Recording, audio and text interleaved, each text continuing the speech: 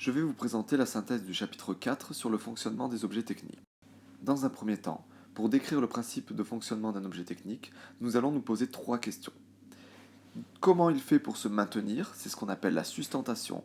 Comment il fait pour se déplacer, pour avancer, c'est ce qu'on appelle la motorisation. Et enfin, comment il fait pour être guidé, pour tourner, c'est ce qu'on appelle le guidage. La sustentation, c'est-à-dire comment la voiture se tient sur la route, est réalisée grâce aux roues et aux amortisseurs. La motorisation de notre voiture, c'est-à-dire les éléments qui vont lui permettre d'avancer, est réalisée grâce au moteur, qui se trouve à l'intérieur de la voiture, à l'embrayage et à la boîte de vitesse, qui vont transmettre ce mouvement de rotation, c'est-à-dire qui vont faire tourner nos roues arrière, qui sont les roues motrices sur une voiture de sport par exemple. Enfin, le guidage est réalisé par le volant, la colonne de direction et les roues avant qui vont tourner pour guider la voiture à droite ou à gauche selon les souhaits du conducteur. Si cette fois-ci nous prenons l'exemple d'un avion, eh bien la sustentation est réalisée grâce à ses ailes. Les ailes vont lui permettre de se maintenir, de planer un petit peu dans les airs. Mais notre avion ne peut pas avancer tout seul. Il lui faut une motorisation qui est réalisée grâce à des turboréacteurs. Et sur l'Airbus A380 que nous avons ici en photo, des turboréacteurs, il y en a 4 pour permettre à cet énorme avion de pouvoir avancer dans les airs. Enfin, le guidage est réalisé par plusieurs éléments. Tout d'abord, les ailerons et la gouverne de direction permettent à l'avion de tourner à gauche ou à droite. Et enfin, la gouverne de profondeur, située à l'arrière, permet à l'avion de monter ou de descendre dans les airs. Nous allons maintenant parler de deux notions importantes qui sont les fonctions techniques et solutions techniques. Les fonctions techniques sont l'ensemble des fonctions que doit permettre de réaliser un objet technique pour assurer sa fonction d'usage. Ça, c'est la définition de ce qu'est une fonction technique. Faites attention, pour exprimer une fonction technique, on utilise toujours un verbe d'action. Je vais vous donner un exemple dans la diapositive suivante. Sur cette diapositive, nous voyons les fonctions techniques d'un avion.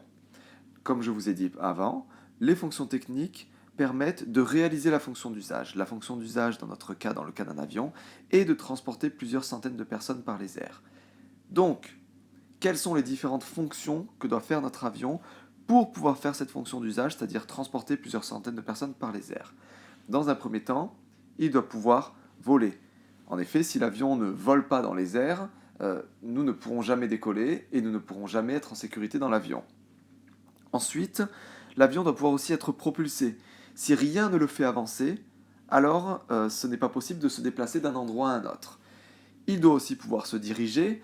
En effet, nous ne pouvons pas aller, nous ne devons pas aller seulement en ligne droite avec notre avion. Si nous devons changer de trajectoire, il faut aussi pouvoir se diriger. Et enfin, il faut aussi pouvoir freiner, puisque quand on arrive à l'approche d'un aéroport, par exemple, avant d'atterrir, il faut pouvoir réduire la vitesse de l'avion pour atterrir en toute sécurité. Si je reprends un petit peu, sans voler, freiner, être propulsé ou se diriger et toutes les autres que nous avons vues en cours, nous ne pouvons pas faire la fonction d'usage qui est de transporter plusieurs centaines de personnes par les airs. Ces quatre choses, exprimées par des verbes d'action, sont les quatre fonctions techniques de notre avion. Concernant les solutions techniques, eh bien, elles représentent un ou plusieurs éléments de l'objet technique qui remplissent une fonction technique. C'est-à-dire, reprenons l'exemple de l'avion.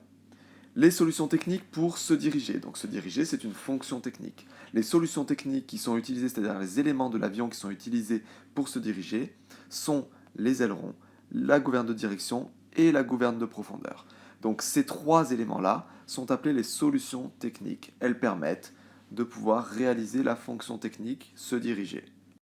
Dans beaucoup d'exemples, comme par exemple dans le cas du vélo que je suis en train de vous montrer ici, une seule fonction technique peut être réalisée par plusieurs solutions techniques.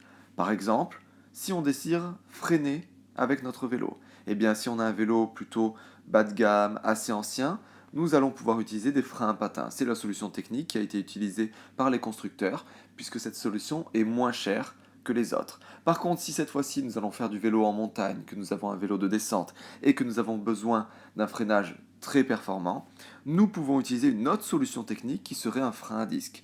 Le résultat est le même, Dans les deux cas, nous allons freiner, mais avec des solutions différentes, soit le frein à patin, soit le frein à disque. Nous allons terminer cette vidéo par les différents modes de représentation. Le premier mode de représentation est ce qu'on appelle la représentation en perspective ou vue 3D. Elle représente l'objet tel qu'on le voit dans la réalité, mais elle peut être complexe à comprendre puisque pas mal d'éléments de l'objet sont cachés. Lorsqu'on conçoit un objet, on va souvent utiliser aussi des représentations à plat ou vues 2D. Là, dans ce cas-là, nous avons les différentes vues de notre voiture montrées précédemment en 3 dimensions, sauf que cette fois-ci, nous avons un dessin pour chaque côté de notre voiture. De cette manière, cette représentation à plat vient compléter en montrant des détails que nous ne pouvions pas voir sur le dessin précédent. Une représentation très utilisée en technologie est le croquis. Comme nous pouvons le voir, le croquis en fait donne une esquisse de la réalité. On va juste dessiner un peu les grandes lignes, tout ça, pour donner une idée de ce qu'on a un peu dans notre tête, poser sur papier ce qu'on a dans notre tête. La représentation la plus utilisée en technologie comme en sciences est le schéma. Sur le schéma que je vous présente sur cette feuille, nous avons 4 étapes qui représentent le fonctionnement d'un moteur de temps.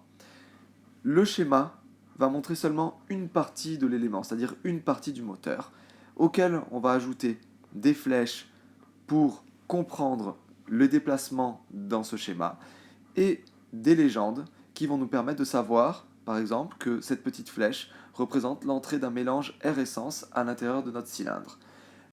Nous utiliserons beaucoup de schémas dans la fabrication du dragster cette année en technologie. Merci pour votre attention. On se retrouve en classe pour plus d'explications si besoin.